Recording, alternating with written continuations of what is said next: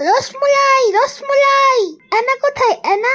এই কথাগুলো বলে এমন একটা ভাইয়া যারে কিনা আমরা কম বেশি সবাই চিনি।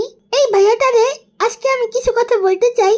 তাহলে শুনেন তরমুজালা ভাইয়া, আপনার এইভাবে ওই কিরে বলাটা ভুল হইছে।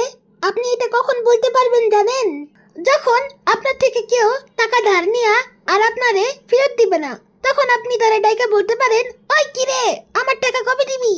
অথবা আপনার বন্ধু যখন আপনাদের রাইখা রাইখা একা একা বিরিয়ানি খাবে, তখন আপনি আপনার বন্ধুরে বলতে পারেন, ওই কিরে তুই আমারে রাইখা রাইখা একা একা বিরিয়ানি খাইতেছস, তোর কিন্তু পেট ব্যথা করবো।